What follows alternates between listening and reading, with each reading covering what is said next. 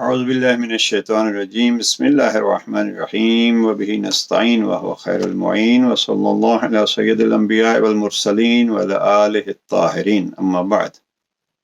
پیغمبر اکرم کی آمد کا موسم اور مہینے کا نام بھی ربیع ہے، یعنی بہار کا موسم، تو حقیقت میں انسانیت کے لیے، اخلاقیات کے لیے یہ بہار ہے۔ اور اسی بہار کے حوالے سے جناب امیر المؤمنین کی زبان مبارک سے عظمت پیغمبر اکرم بیان کرتے ہوئے چند جملات بطور تبریک اور بطور ہدیہ پیش کرتے ہیں۔ نہج البلاغہ کے خطبہ نمبر 94 کو اگر آپ دیکھیں تو جناب امیر علیہ السلام فرماتے ہیں، پیغمبر اکرم جس مکان میں آئے وہ مقام عزت و شرف والا مقام تھا، اور جس خاندان میں آئے، جس قبیلے میں آئے، وہ قبیلہ بھی عظمتوں کا مالک تھا۔ اور پھر فرماتے ہیں کہ اللہ سبحانہ وتعالیٰ نے شریفوں کے دل، لفظ ابرار استعمال کیا ہے جناب امیر علیہ السلام نے، افئدۃ الابرار، جن کے دلوں میں شرافت تھی، پیغمبر اکرم کی آمد پر ان دلوں کو پیغمبر کی طرف جھکا دیا اور ان کی آنکھوں کا رخ پیغمبر اکرم کی طرف موڑ دیا۔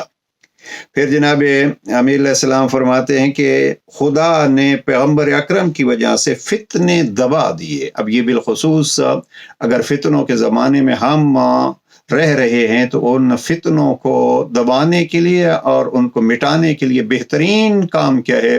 پیغمبر اکرم کی سیرت پر عمل کیا جائے اور اس مشن کو زندہ کیا جائے جس مشن کو پیغمبر اکرم لے کے آئے تھے، اور عداوتوں کے شعلے بجھا دیے۔ کتنا خوبصورت لفظ ہے، دفن اللہ بہ الضغائن، کہ جو عداوتیں اور دشمنیاں تھیں لوگوں کی ان کو مٹا دیا۔ یہ تو قرآن مجید کے بھی الفاظ ہیں، الف بین قلوبکم۔ اور جناب امیر علیہ السلام پھر فرماتے ہیں کہ بھائیوں میں الفت پیدا کی، اور جو کفر پر اکٹھے تھے انہیں علیحدہ علیحدہ کر دیا، اسلام کی پستی و ذلت کو عزت بخشی، اور جنہوں نے اسلام قبول کیا ان کو اسلام کے ذریعے سے عزت جو بخشی گئی ہے تو وہ پیغمبر اکرم کی آمد کے ذریعے سے عزت بخشی گئی ہے، اور کفر کی عزت و بلندی کو ذلیل کر دیا۔ آپ آئے تو وہ جو دنیا داری کی نگاہ میں بہت مقام رکھتے تھے ان کو اپنی حقیقت بتلائی، اور جن کو گھٹیا سمجھا جاتا تھا ان کو اپنی بلندی اور عظمت بتلائی۔ پیغمبر اکرم کا مقام شریعت کا بیان ہے، یعنی پیغمبر اکرم جب بیان کرتے ہیں تو وہی شریعت بنتی ہے۔ اور آخری جملہ اس خطبے کا امام فرماتے ہیں، وَصَمْتُهُ لِسَانٌ، اور آپ کی چپ بھی، آپ کی خاموشی بھی ایک زبان ہے۔ اس میں کتنی گہرائی ہے جناب امیر علیہ السلام کے اس لفظ میں کہ آپ کی چپ ایک زبان ہے، اور ہم اسی کو کہتے ہیں سیرت مصطفیٰ۔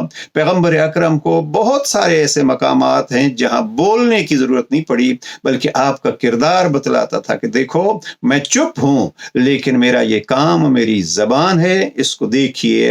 اور ان کاموں میں سے اس خطبے میں بھی جناب امیر علیہ السلام نے فرمایا عداوتوں کو مٹانا، لہذا کوشش یہ ہونی چاہیے کہ اب عداوتوں کا سلسلہ مٹ جائے، اور پھر انسان پیغمبر اکرم کی اس مشن کے ساتھ وفا کرے، تو اس شعر کا مصداق بن جاتا ہے جو علامہ اقبال نے جواب شکوہ میں لکھا ہے کہ محمد سے وفا تو نے تو ہم تیرے ہیں، یہ جہاں چیز ہے کیا لوح و قلم تیرے ہیں۔ یہ ہم کون کہہ رہا ہے؟ یہ اللہ کی ذات فرما رہی ہے کہ محمد سے وفا تو نے تو ہم تیرے ہیں۔ گویا یہ علامہ اقبال نے اس آیت کا ترجمہ کر دیا ہے، قُلْ إِن كُنتُمْ تُحِبُّونَ اللَّهَ فَاتَّبِعُونِي يُحْبِبْكُمُ اللَّهُ۔ اگر آپ اللہ سے محبت کرتے ہو تو ایک نسخہ اللہ بتلا رہا ہے، اور وہ نسخہ یہ ہے کہ میرے مصطفیٰ کی پیروی کرو، اور جب آپ پیروی کرو گے تو اللہ آپ سے محبت کرے گا۔